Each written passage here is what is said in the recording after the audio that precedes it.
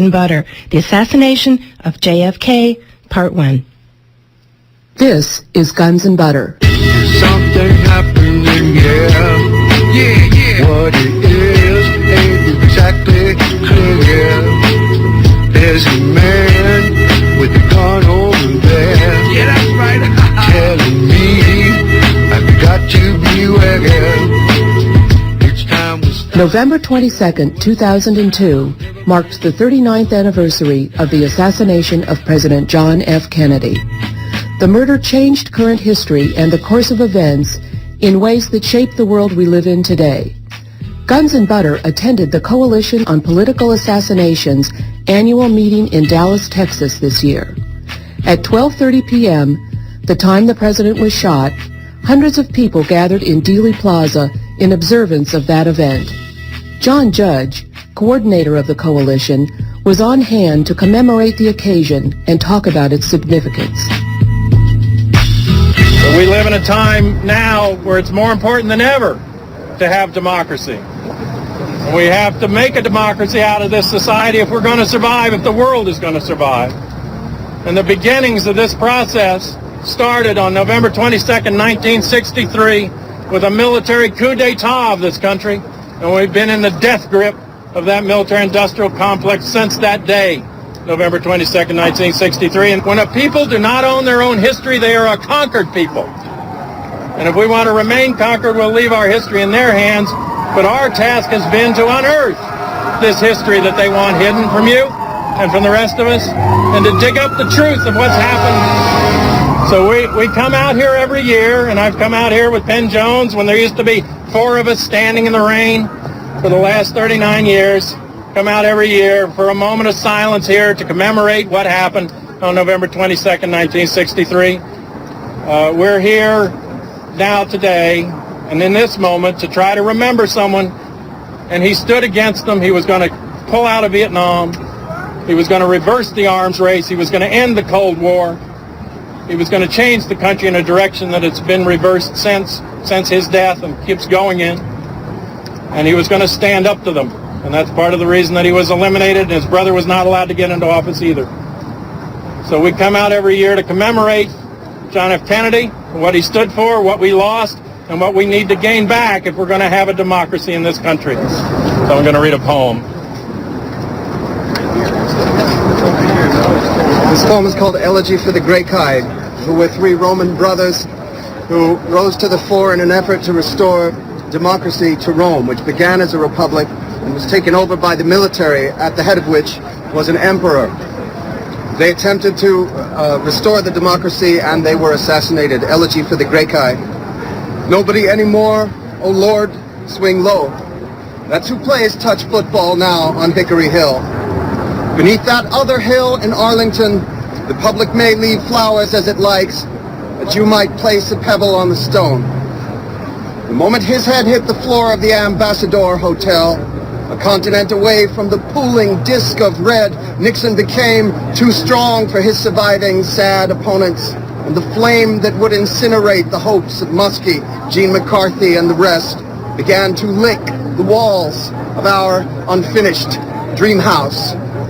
There walks a specter on the American night, all right, more lonely than the moons of Mars, twin sterile boulders tumbling in the void, a ghost of youth in black and white, another ghost behind him gesturing, transparent, like film frames scratched and overexposed, the confiscated cipher of bright splashing Dallas sunshine in a can that Regis Kennedy, no relation, irony galore, stole and put it in his pocket. The pair of brothers falls down deep into the vault of what is gone, and death, colder than the fishes of the sea, upon his head and neck, chained in the purgative flames of his florid natural sins, his Catholic heart effulgent on the dark, cantering to a halt, to ride no more the miasmic welkin of the capital's dark winter, slack reins idle on the unmanned animal, the famous horseman, gesticulating, gasping through the ancient neck wound, distantly thin image of distantly speaking lips, repeating something, Thank you.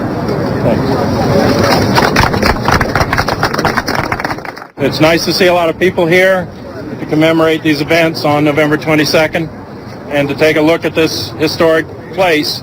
Although when I think about it and you look at it, this is pretty much the dead end of Dallas. It's on the way out of town. It's an industrial park, more or less, a jail down here and a book depository and a post office building.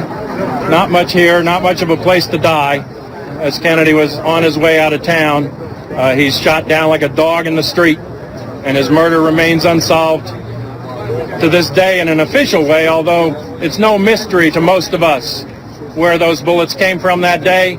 We don't have to study the blade of grass or the grassy knoll or the sewer to the front or the book depository because we know those bullets came from the Pentagon.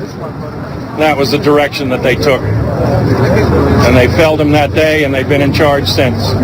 These are shifts of power. They are ascendancies of segments of the rich against other segments of the rich. They are sections of the people that control this country taking power. And what was ascending from the end of World War II on was a Southern Rim economy, a military-industrial complex that Eisenhower warned about, and it took control that day. And it's time that we, the American people, took back that control and made a democracy out of the mockery that they've made of this country from that day forward.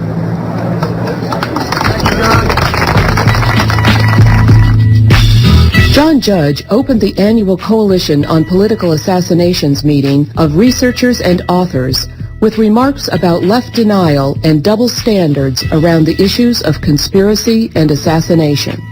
The other thing I thought, if you can bear with it, I'd share with you is a little bit of a character by the name of Noam Chomsky. Some of you have heard of this person. He's, as Mike Albert of Z Magazine says, the only left intellectual in America. I don't know which word with that to quibble with, but I think there must be a few more. But in any case, he's probably the most published and mentioned and listened to left intellectual in America. So here he is. This is a book that's just come out called Understanding Power, the Indispensable Chomsky. And it's kind of an interesting book because instead of it being his lectures, where he sounds exactly as he sounds when he writes, this is him in question and answer sessions. So you actually get a little spontaneity and a range of topics from the crowd. And, it's a kind of interesting mix. And certainly he has things to say. But this particular section in here, and it's interesting too that this book, the footnotes are not included in this book. They give a website on the back of the book to go to look at the footnotes. So that's a new publishing feat and saves you paper. But this particular section is called Conspiracy Theories. And someone in the audience says, Noam, you mentioned earlier how conspiracy theories take up a lot of energy in the left movements these days. I don't know any leftists that spend any time listening to them. Particularly on the West Coast and with respect to the Kennedy assassination. And you said that, in your view, it's totally wasted effort. Do you really feel there's nothing at all worthwhile in that kind of inquiry?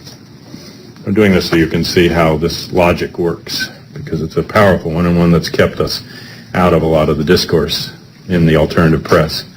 Well, let me put it this way. Every example we find of planning decisions in the society is a case where some people got together and tried to use whatever power they could draw upon to achieve a result. And if you like, those are conspiracies. So that's the first straw man. Everything's a conspiracy. That means that almost everything that happens in the world is a conspiracy. If the board of directors of General Motors gets together and decides what kind of car to produce next year, that's a conspiracy. Every business decision, every editorial decision is a conspiracy. If the linguistics department I work in decides who to appoint next year, that's a conspiracy. Okay, obviously that's not interesting. All decisions involve people. So the real question is, are there groupings well outside the structures of the major institutions of the society which go around them, hijack them, undermine them, and pursue other courses without an institutional base, and so on and so forth? So this is the second straw man. To be a conspiracy, you have to be totally outside the structures of power. And that's a question of fact. Do significant things happen because groups or subgroups are acting in secret outside the main structures of institutional power? Well, as I look over history, I don't find much of that. I mean, there's some cases. For instance, at one point, a group of Nazi generals thought of assassinating Hitler. Okay, that's a conspiracy. But things like that are real blips on the screen as far as I can see. Now, if people want to spend time studying the group of Nazi generals who decided it was a time to get rid of Hitler, that's a fine topic for a monograph. Maybe somebody will write a thesis about it, but we're not going to learn anything about the world from it, and at least nothing that generalizes to the next case. It's all going to be historically contingent and specific, and it'll show you how one particular group of people acted under particular circumstances. Fine. I read that to Bill Kelly, and he howled. He's found 4 direct connections between the plotters in the Hitler assassination situation and the John F. Kennedy assassination, including Mary Bancroft, Alan Dulles' mistress, who spirited Grontius, the major plotter, out of Germany at the end of the situation. But there are many others, and she, of course, is good friends with Ruth Paine's mother. But these are blips on the screen. And if you look at the place where investigations of conspiracies has absolutely flourished, modern American history, I think what's notable is the absence of such cases. At least as I read the record, they almost never happen. I mean, occasionally you'll find something like the Reaganites with their off-the-shelf subversive and terrorist activities, but that was sort of a fringe operation. And in fact, part of the reason why a lot of it got exposed so quickly is because the institutions are simply too powerful to tolerate very much of that stuff. And as far as the Pentagon goes, sure, the services will push their own interests, but typically they do it in a pretty transparent way. Or take the CIA, which is considered the source of a lot of these conspiracies. We have a ton of information about it. And as I read the information, the CIA is basically just an obedient branch of the White House. I mean, sure, the CIA has done things around the world, but as far as we know, it hasn't done anything on its own. There's very little evidence, in fact, I don't know of any, that the CIA is some kind of rogue elephant, off on its own doing things. What the record shows is that the CIA is just an agency of the White House, which sometimes carries out operations for which the executive branch wants what's called plausible deniability. In other words, if something goes wrong, we don't want it to look like we did it, those guys in the CIA did it, and we can throw some of them to the wolves if we need to. And that's basically the role of the CIA, along with mostly just collection of information. It's the same with the Trilateral Commission, the Council on Foreign Relations, and all the other things that people are racing around searching for conspiracy theories about. They're just nothing organizations. Of course, they're there. Obviously, rich people get together and talk to each other and play golf with each other and plan together. That's not a big surprise, but these conspiracy theories people are putting their energies into have virtually nothing to do with the way the institutions actually function. The Kennedy assassination cult is probably the most striking case. I mean, you have all these people doing super scholarly, intensive research and trying to find out just who talked to whom and what the exact contours were of this supposed high-level conspiracy. And it's all complete nonsense.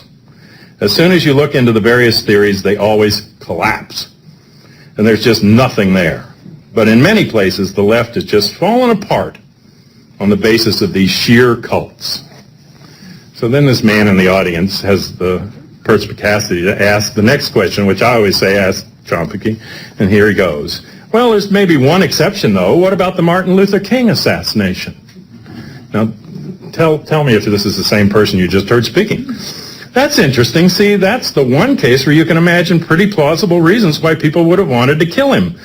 And I wouldn't be in the least surprised if there was, in fact, a real conspiracy behind that one, and probably a high-level conspiracy. I mean, the mechanisms were there. Maybe they would have hired somebody from the mafia or something to do it, but that conspiracy theory is perfectly plausible, I think. And it's interesting. I'm not aware that there's been very much inquiry into it. Or if there has been, and I haven't heard about it. But in the case of the one that everybody's excited about, Kennedy, I mean, nobody's even come up with a plausible reason. In fact, that's a pretty dramatic contrast, isn't it? The case of the King assassination is on its face very plausible, and the case of the Kennedy assassination is on its face extremely implausible, and yet look at the difference in treatment. Well, I hate to tell you, but the people that unearthed the King assassination are the people that unearthed the John F. Kennedy assassination. And if you think that the CIA is a little organization that waits for the next president to come in and tell it what to do, I suggest you come down to D.C. sometime. Those agencies last in perpetuity since they were created in 1948, and the presidents come and go. It's like Bill Moyer's trying to tell us that the problem is that with the government is that we have these otherwise legitimate government functions, but every once in a while to get something done, they have to dip their hands in the dirt and hang around with these gun runners and drug runners and these people they really shouldn't associate themselves with. And if they just stopped doing that, things would be okay. Whereas my view of the secret government is that it is the gun and drug runners and is the criminals that are the government, and they in turn get some people in three-piece suits to stand up and pretend to be the government on their behalf. But you see, if you take this position that it has to be totally outside the structures of power, then of course it's meaningless. But it isn't outside the structures of power. It's the way it works. It's business as usual. And, we know that from our own study of the history. And to say that it's useless to study the details is striking enough. But the bottom line for Chomsky is, do you like the guy or not? If you don't like him, it wasn't a conspiracy. And that's really what it comes to. He doesn't think from his left critique of Kennedy that Kennedy was worth killing. Kennedy was just a ruling class bastard like the rest. He had it coming, he was doing all the dirt, so why bother studying it? And if you think that killing the president could make any difference, you don't understand how class structure works. You don't have to understand how things happen, and you're just a starry-eyed liberal to think it makes any difference, and they wouldn't have killed Kennedy because, after all, Chomsky didn't like him, and he wasn't worth killing. But it's not the left critique of Kennedy that makes any difference. It's the right critique of Kennedy that makes the difference. It's not what Chomsky thought of him. It's what Curtis LeMay thought of him, because Chomsky isn't going to shoot him, and Curtis LeMay would. And that's the difference, and that's what you have to look at. You can go down the South today, and you can see in the homes of the poor, on the wall, pictures of Jesus, Martin Luther King, and the Kennedy brothers. Now, you can stick your leftist nose as far as you want in the air and say that was false hope, but it was hope. And it was a hope they knew was moving people, and they knew that Kennedy was responding to popular movements, and it's that hope that they meant to kill in Memphis and in Los Angeles and in Dallas here in 1963. Because there was somebody for the last time, and the two things I'd say is the last president that actually responded to the public will since that time, and also the last one that had enough brains between his ears to make them worth blowing out. And this attitude, turns around completely when you talk about King. And that's why I say, ask these fellows from the left who say there's no such thing as a conspiracy to explain the King assassination. And suddenly they become wilder conspiracy theorists than us. Because after all, there was a reason to kill Martin Luther King. Well, let's see this weekend if we can figure out if there was a reason to kill John F. Kennedy. I spoke with John Judge about the Coalition on Political Assassinations and his research into the assassination of President John F. Kennedy. Could you tell me a little bit about the Coalition on Political Assassinations? It's a coalition that grew in the early 90s from the success of getting the JFK Records Act passed in 1992. It was a coalition of the three major active research groups at that point. Much of the independent research community and the issue itself on the John F. Kennedy assassination had fallen by the wayside somewhat by the mid to late 80s. And it was a concern for myself and Bill Kelly, another researcher I work with, and we back then founded the Committee for an Open Archives because we believed that the next step that could go somewhere was not another congressional investigation, but to actually push to release the files that were still locked up under the House Select Committee rules and Johnson's executive order on the Kennedy assassination. And these were classified records that some people had attempted to get loose, some of them Freedom of Information Act, but without much luck. And we began to push. We got some legislation drafted. Henry Gonzalez drafted a bill for immediate release, but they had very little sponsorship or pressure behind them until Oliver Stone's film JFK came out. And one of the researchers suggested to him, and we backed that up within a visit that we made to him, to put something at the end of the film about the fact that the files were not loose yet and were still buried. And he did that, and it caused a huge groundswell of calls to Congress members from the public. The film also opened the question of the Kennedy assassination up to a whole new generation of people, probably two generations, that were not even born yet when Kennedy was killed. And so while it was a seminal event for many in my generation, and an event that they even would use to unravel amnesia patients because they could get them to remember the Kennedy assassination and then remember outwards from there, was a key to unlock people's memory about that era. Almost everyone that I've ever heard of knew where they were and what they were doing when they heard that Kennedy had been killed, or saw the events on TV later that weekend. You're listening to author and researcher John Judge. This is Guns and Butter. In fact, the only four people that I ever saw make a statement that they didn't know where they were or couldn't remember, one was Richard Nixon in his deposition to the Warren Commission saying he couldn't recall where he'd been. He was actually in Dallas that day and flew out back to New York City. Richard Helms, who was with Bobby when Bobby got the call from J. Edgar Hoover, Bobby Kennedy got the call from J. Edgar Hoover telling him that his brother had been killed. Helms was right there. Top man in the CIA said he couldn't recall. E. Howard Hunt is another one of the Watergate figures, but also somebody that figures back into the time of the Kennedy assassination and all the way back to the Bay of Pigs with the CIA, told different stories at different times about where he had been that day. So it's not an easy thing to forget, but for the newer generations, they had not heard the whole story. And Stone presented basically Jim Garrison's case, a DA in New Orleans, district attorney who tried to prosecute some people on a conspiracy to kill JFK.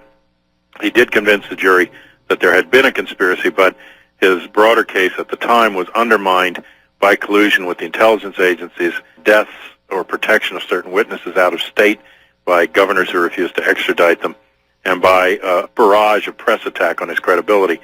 But many of the files that we've gotten released since back up Garrison's case. It got attacked, and still does to this day, in the press as an example of a movie that mixed fact with fiction. But my response to that was that, unlike most of Hollywood propaganda, which has absolutely no fact in it at all, he had the gall to put facts into his movie, and that's what upset them. And so that led to a groundswell of opinion that the file should be released, and we pushed on that, the Committee for an Open Archives and other groups, and got the draft of a legislation passed that created the conditions for the largest release of classified documents in U.S. history, over 6 million pages to date, released on the Kennedy assassination and Kennedy era by the government agencies. And yet we know that not all the documents have yet been released, that whole agencies have still, to date, refused to comply with the Act. It was so much better than the Freedom of Information Act, under which we got a few thousand pages over a 30-year period, and then in a period of 4 years we got over 6 million pages. So when that Act was passed, it gave further impetus to a coalition to be formed to oversee the actual workings of the review board. So we were a liaison between the research community all around the country and thousands of researchers and this review board, but it was also a coalition of all the forensic and ballistic and medical experts, the academicians and authors and independent researchers who really had done the hard work and hard investigative work, scientific work on these cases. And we continued, as the files came out, to discover new things in them and to put forward the new evidence at national and regional meetings around the country from 1994 to the present. We continue to do the work, and we also have peer review and try to get really the best hard evidence that's new in these cases without getting into just sheer speculation or sloppy research or theories. John, you mentioned Richard Nixon has been one of the people who couldn't remember where he was on the day that President Kennedy was assassinated. Yes. Wasn't there a meeting the night before in Dallas, the night before the assassination, in which Nixon was there? Who else was there? Penn Jones, one of the researchers, had uncovered evidence there in Texas of a meeting at the Murchison Ranch, and there were a number of high-level people there, according to the report that he got.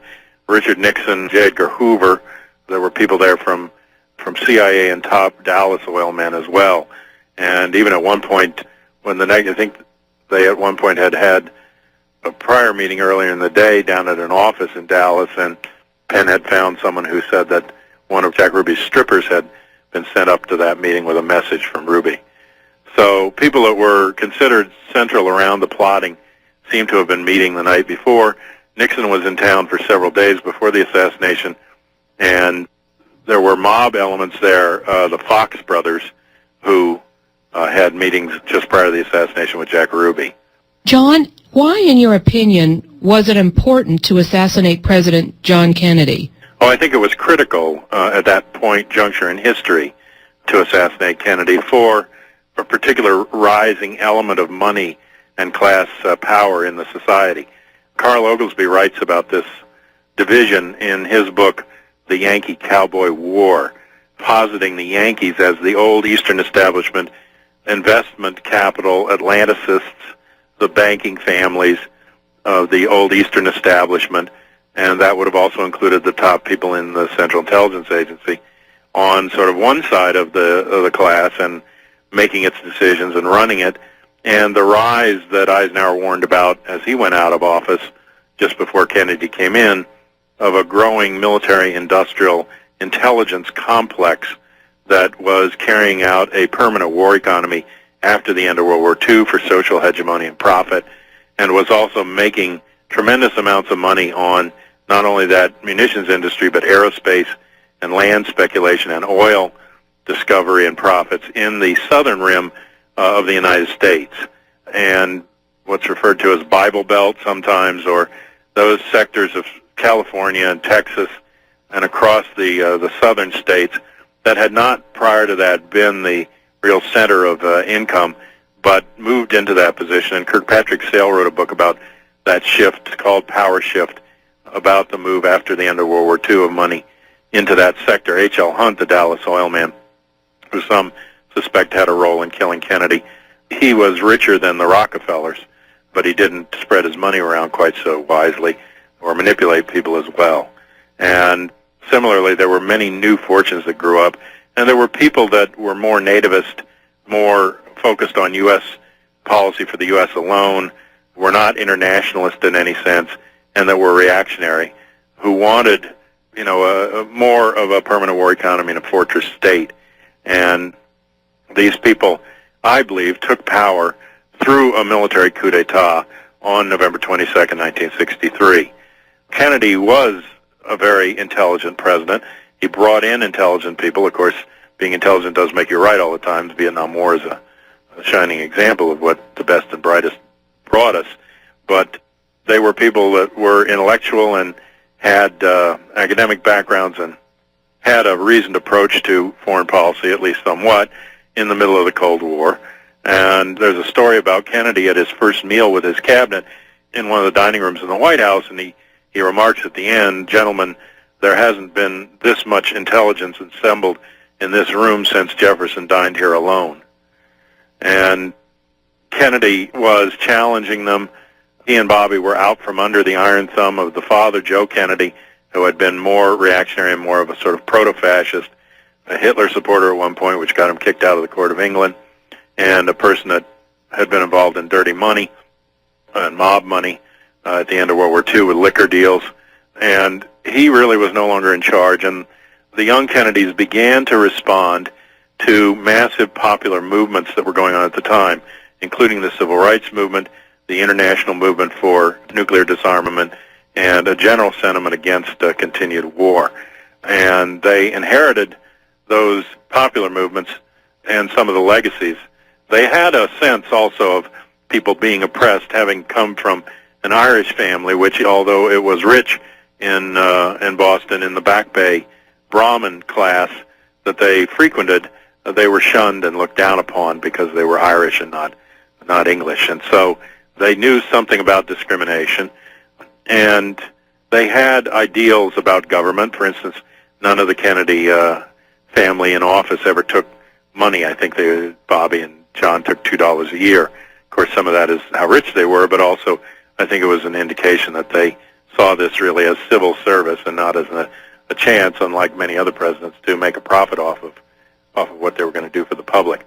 And they were giving people, therefore, a sense of hope that things could change. And to this day, if you go down to the communities in the South and the rural poor in the United States, you will see pictures on the wall of Jesus Christ, Dr. Martin Luther King Jr., and the Kennedy brothers, because people did have a sense of hope, and they were moving racial integration, too slow for the entire black community, but too fast for the Southern Rim racists.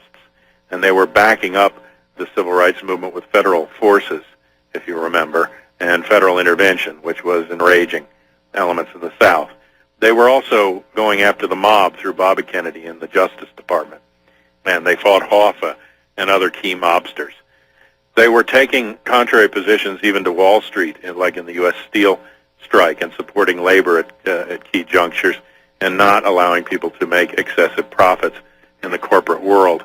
They were threatening to end the oil tax depletion allowance, which was a tax write-off for the oil companies that amounted in 1963 to $27 billion a year for the whole oil industry. And that was real money in those years, and it meant that they could finance elections in the United States at the national level, which many of them did. Richard Nixon was put into office by a fund created at the end of the war, headed up by Prescott Bush and some other ruling class figures, called the Committee of 100, where 100 men put up $100,000 each to have a war chest to run a candidate.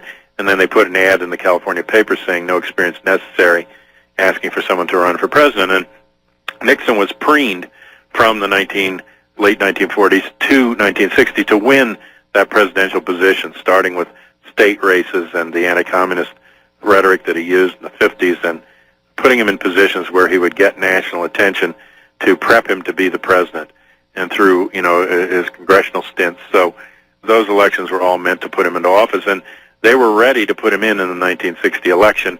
They did not expect John F. Kennedy to win that election. Some say that he won it on the turn of a electoral college vote that was manipulated by dirty dealings of Richard Daley in Chicago, who was an old friend of the father. But in any case, it was a situation where Nixon appeared to have gotten the popular vote, but Kennedy won the electoral college vote. And it was a relatively close election, but Nixon didn't challenge it, supposedly on the advice of Eisenhower, now we hear, and Kennedy came into office. But all these other elements of money had been planning to put Nixon in instead, and I'm sure they were not happy with the fact that Kennedy took office. He also had been intervening in attempts to kill Castro or raid Cuba that postdated the Bay of Pigs, and he very significantly, of course, had refused to send U.S. military troops into the Bay of Pigs, which, by all appearances to me, was set up to fail so that it would force his hand and force him to bring in U.S. Military legions and planes in order to bomb Havana and take Castro out. And when he refused that and backed off, he was pilloried by elements in the CIA and made an enemy of the anti-Castro community, who in this aborted attempt to take over Castro lost. Then there were subsequent raids, and he sent people in to break up some of them, including a raid of a Schlumberger family arms cache at a factory they owned at Lake Pontchartrain outside of New Orleans. And that particular cache of weapons and the Cubans around them who were using them in these raid attempts centered around David Ferry and the people, Guy Bannister and the people that Oswald knew in New Orleans. And Kennedy sent federal agents in to break up that particular arms cache and that Cuban. He said he stopped boats going to Cuba, and in back channels he began to reach out to Castro to try to normalize relations. And that's one of the things I believe that the CIA got wind of and then turned into a way to involve anti-Castro Cubans in the assassination plot at the mechanical level by telling them that Kennedy was making deals with Castro instead of supporting them. And these were fairly murderous individuals that they had come out of Cuba when Batista fell. They were people with fortunes there. They had a history of violence here in the United States and against Cuba.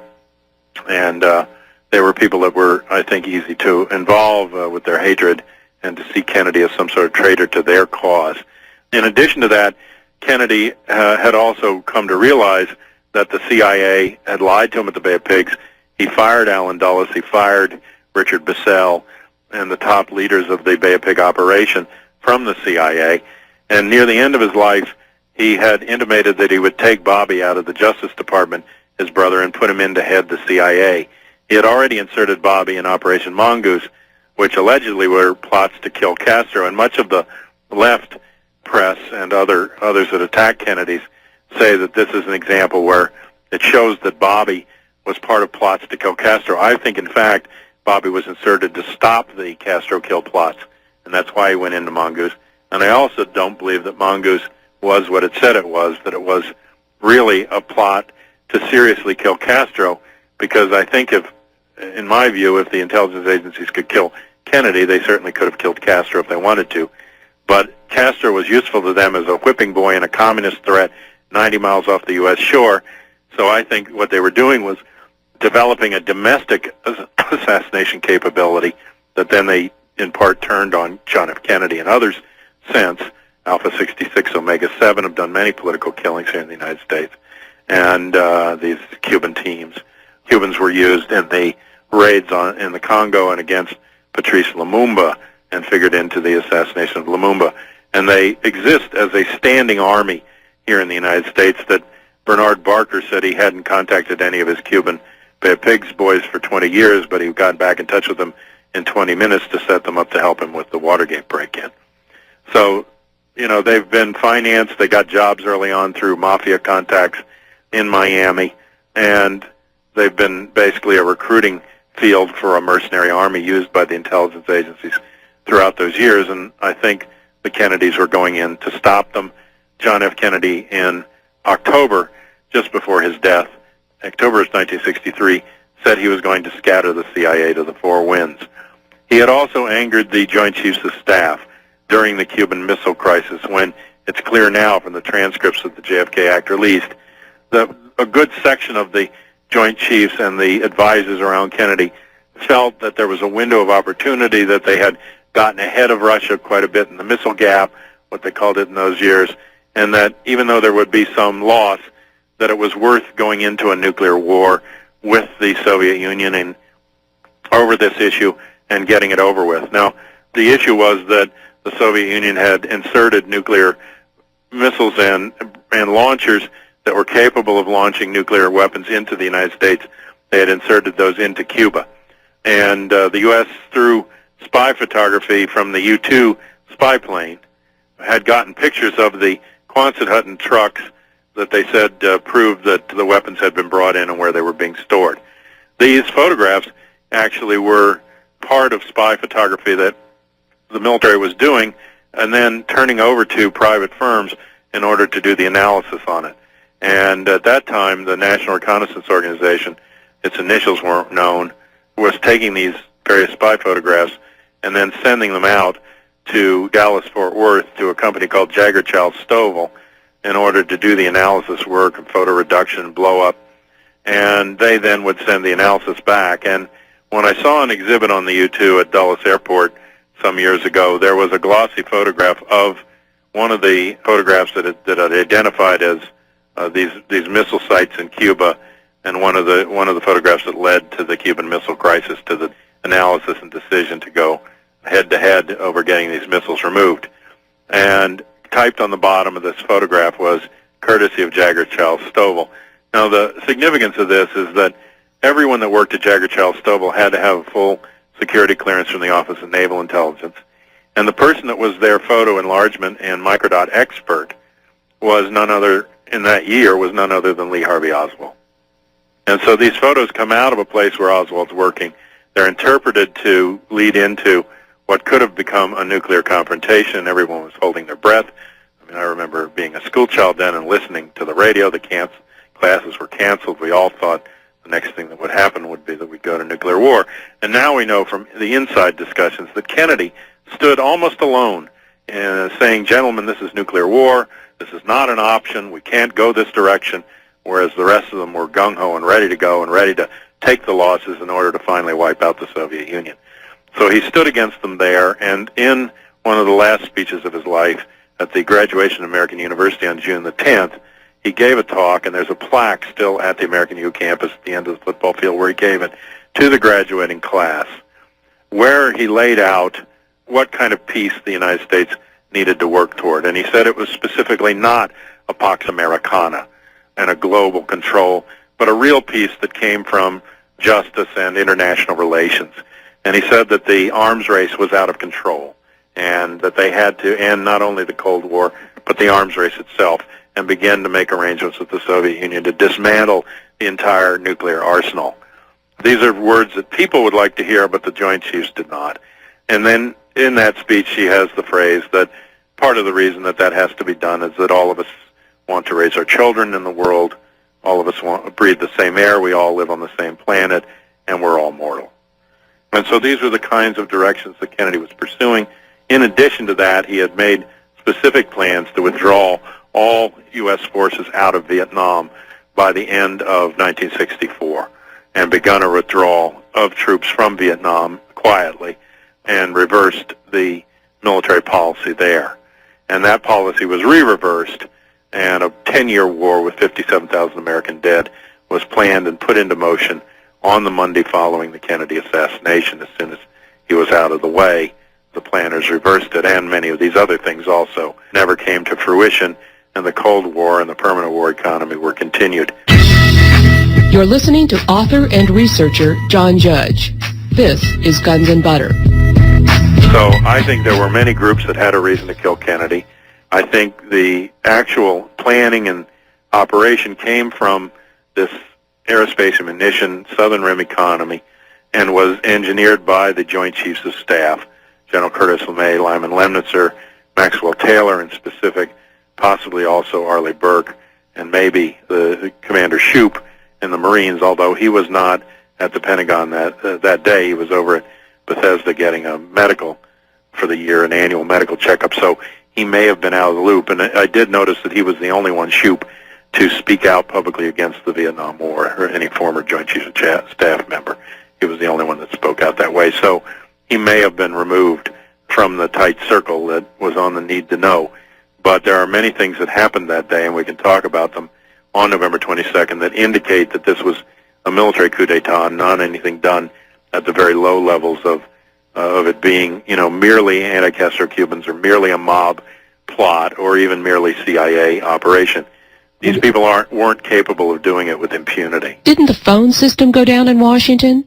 Yes, my parents were government employees at the Pentagon, civilian employees at the Pentagon, and both my aunt and my mother told me at the moment of the Kennedy assassination that not the Bell telephones, because Sam Donaldson's tried to contradict this, saying that he called in on a Bell telephone.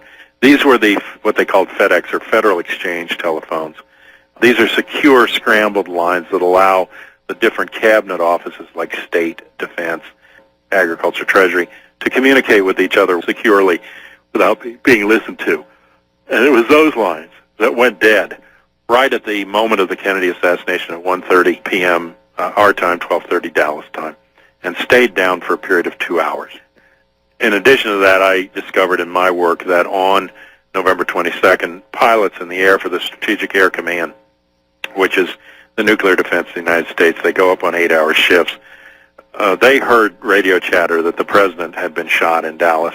They assumed that this might lead to an emergency response, and they went in preparation, anticipation of that, to get their decrypting code books out, because those books, first of all, allow them to know that they're getting a legitimate signal from the presidential black box or nuclear football or from one of the commander control centers, the Pentagon War Room or the White House Situation Room or the underground command and control centers in mountainsides across the country. So first they could legitimize the message. Then those messages can take them all the way out to failsafe, which is a non-return command for actual nuclear war. And they were in the air. They had the defense of the United States in their hands that hour. But when they went to get their code book, it was missing. They told me that 16 people have to sign off on the code book to put it on and off the plane, that it's changed at regular intervals so the codes won't be compromised, and that the person that designed that system was General Curtis LeMay, a racist, no friend of the Kennedys. He ran with George Wallace, and he was seen also grinning and smoking a cigar in the bleachers at the autopsy at Bethesda Naval Hospital. Later that day, he had been at some sort of meetings out, so he says, we don't know for sure, but his story is that he was out of the country at the time Kennedy was hit, but he was back soon enough to be at his autopsy. And when I went into some of the files about what happened that day, an early box was released by the National Security Agency, and there was a finding guide mention of a folder called DEFCON status, November 22, 1963. That's the defense condition of the United States, whether it's on the lowest normal alert as 1, and then it goes all the way up to a full 5 alert, which is war. And I went to see, given the fact that the president had been murdered by person or persons unknown, what was the military response. Also, when these pilots came back down off their shift, they told me that None of the other pilots in the air that 8-hour shift had code books aboard, and they were all quite surprised at that and a lot of consternation about it. It literally meant that the defense of the United States compromised in that hour, and it meant that I believe somebody outside of the need-to-know loop could not take this Patsy Oswald, who had been planted to take the blame, who had been dipped red by a phony defection program into and out of the Soviet Union, and similar doubling attempts to link him to Castro and the Soviet Union again just weeks before the assassination that the CIA ran a second Oswald down in Mexico City to do this into and out of the embassies. So they knew that they had what looked like a red on their hands, having killed the president, and I believe they didn't want anybody outside of their plotting to freak out and actually go into nuclear war with the Soviet Union, so they disarmed. And when I went to this DEFCON status, I found sheets there, first from the Pentagon press office reports that day of calls that came in and rumors that they tried to dispel. And one rumor that came in was that Curtis LeMay had died in a plane crash that day. And I thought that was an interesting rumor to have been circulated. Why would they circulate that kind of a rumor? Well, I think to, in a sense, like take heat off of him, or maybe make unclear what his location was or what he was doing that day. I just thought it was interesting that he, of the Joint Chiefs, was the only one mentioned in these rumors that were floating around. And his story is that he was in Canada and flew back. We don't know where he was, but just the fact to me that there was any kind of a disinformation rumor in the press about him that day made it interesting to me. And who started it and why was it there, we don't know. The other thing in there were sheets from CONUS, Continental United States, USAREUR, U.S. Army in Europe, ASEAN, which is the whole Southeast Asian sector, SOUTHCOM, Southern Command, which is Latin America and Central America and that sector. These are whole sort of continental, regional areas that the military covers around the world. And it was their DEFCON sheets. And there was not a blip on any of these sheets that day, November 22nd. There was not a change in the defense condition status. There was no alert sent. The only thing that happened was in Vietnam specifically, and only Vietnam, they went from a 5, which is stasis, they went from a 5 up to a 4, which is a listen up alert, meaning that expect commands to come through. So they were about to change status in Vietnam, but no one else, even though you don't have any information who's really killed the president, and the indicators from Oswald is that it's the Soviet Union, there's no alert given out in any of the sectors of the U.S. military around the world and here at home. All of these, to me, are indicators of a military operation and coup d'etat that could not have been touched by an anti-Castro Cuban, a mobster, or even a CIA operative. And what many people don't understand is that the CIA is a think tank. It may plan out an operation, but it's incapable of carrying it out. It either has to subcontract it out to private firms, or if it's going to be military or paramilitary, it usually then uses elements of the DIA, the Defense Intelligence Agency, which even though that is 100 times the budget and 10 times the employees of the CIA and the FBI combined, most people have never heard of the DIA, never heard those initials. It includes the National Security Agency, which spies on all electronic communications around the world, the National Reconnaissance Organization, which tracks all satellite information around the world, every branch intelligence office, Naval Intelligence, the oldest and largest intelligence network trained by the British initially, Army Intelligence, Marine Corps Intelligence, Air Force Intelligence, and the largest internal police force in the United States, the Defense Industry Security Command Office. And this, at that time, was headquartered out of Muscle Shoals, Alabama, and they also had an office in Columbus, Ohio. And there are indications that the DISC is involved in other murders, including the murder of Karen Silkwood later on, because of information she had about transshipment of bomb-grade plutonium through Israel to South Africa that was coming out of the Kerr-McGee plant, and that was why she had to be silenced, and that DISC guards put uranium into her sink, her toilet, into the food in her refrigerator in order to try to murder her. And then eventually, when she tried to get the news out to the New York Times, she was driven off the road in a car that had no documents in it. It was stripped clean, obviously, after they had killed her. But there's many indications that this police force serves a nefarious purpose. It was created as part of the Tennessee Valley Authority to guard the atomic secrets at the beginnings of the Manhattan Project. and it became a rationale for secrecy and spying on civilians. The military had much more extensive spy files on civilians than the CIA did, and the military basically serves as there's a liaison person between the Defense Department, Pentagon, and the CIA to figure out what equipment and troops and whatever they need to carry out paramilitary covert operations abroad or here in the United States. So I believe that this really, the command structure of this comes down from the tops of the Joint Chiefs of Staff.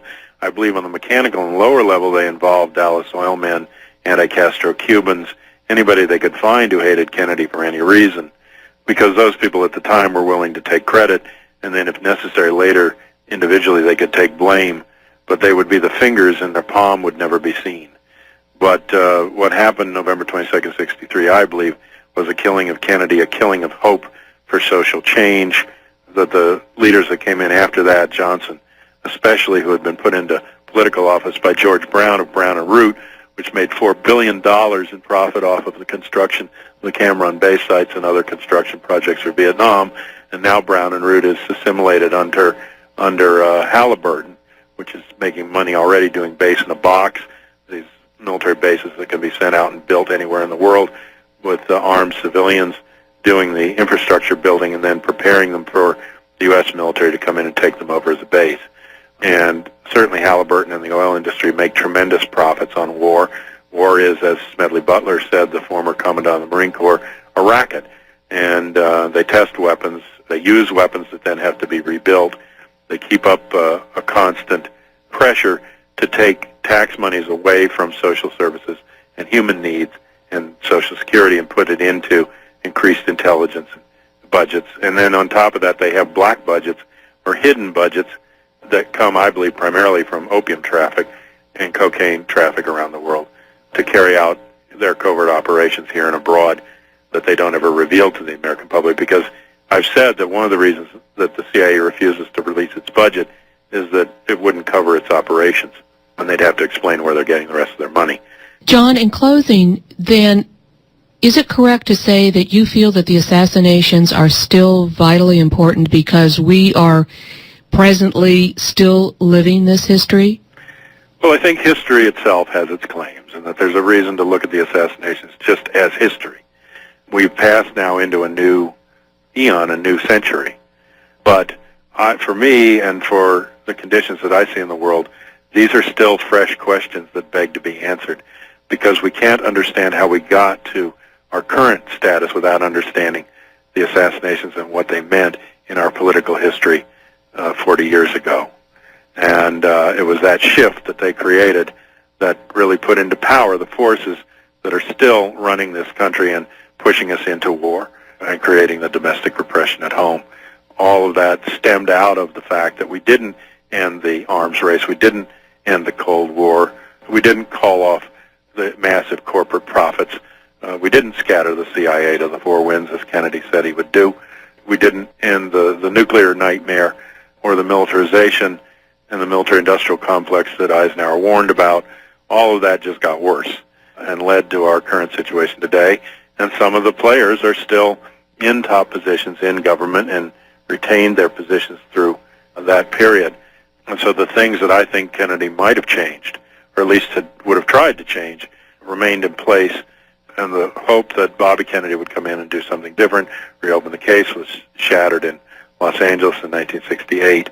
And, you know, this is not to say that I believe the Kennedys were saints or that it was a perfect democracy prior to November 22nd, 1963, but it is to say that forces moved, sections of the class ascended, conditions were changed by that assassination that are very significant to where we are today. So even if only you want to believe it in solving these cases as murders, and for just the sheer justice that a homicide deserves an adequate explanation, even for a family, much less for a president and a country.